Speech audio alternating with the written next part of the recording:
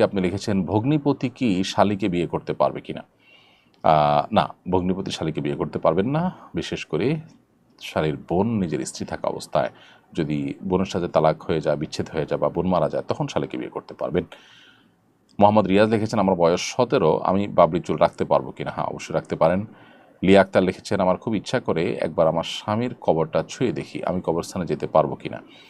মেয়েদের জন্য কবরস্থানে যাওয়ার পরে ফোকাহে কেরামের বিশুদ্ধ মত হলো যে তারা কবরস্থানে প্রবেশ করবেন না। একান্ত কবরের কাছে, ওয়ালের বাইরে থেকে আপনি আপনি দেখতে পারেন, জাস্ট আবেগের কারণে তাদের কবরস্থানে না যাওয়াই উচিত। বাহির থেকে আপনি দোয়া করবেন। এটা নানা কারণে হাদিসের নিষেধাজ্ঞাটি বর্তায়। এর মধ্যে একটা হলো মেয়েরা অনেক বেশি আবেগী হয়ে পড়েন এবং সেখানে একটা বাজে দৃশ্যের বা অনাকাঙ্ক্ষিত দৃশ্যের অবতারণা হতে পারে, অথবা সেখানে পুরুষরা অনেক বেশি কবরস্থানে যেয়ে থাকেন, সেই ভিড়ের মধ্যে মহিলারা গেলে তাদের প্রাইভেসি নষ্ট হতে পারে। নানা কারণে শরীয়তের এই নিষেধাজ্ঞাটা আরোপ করা হয়ে থাকতে পারে।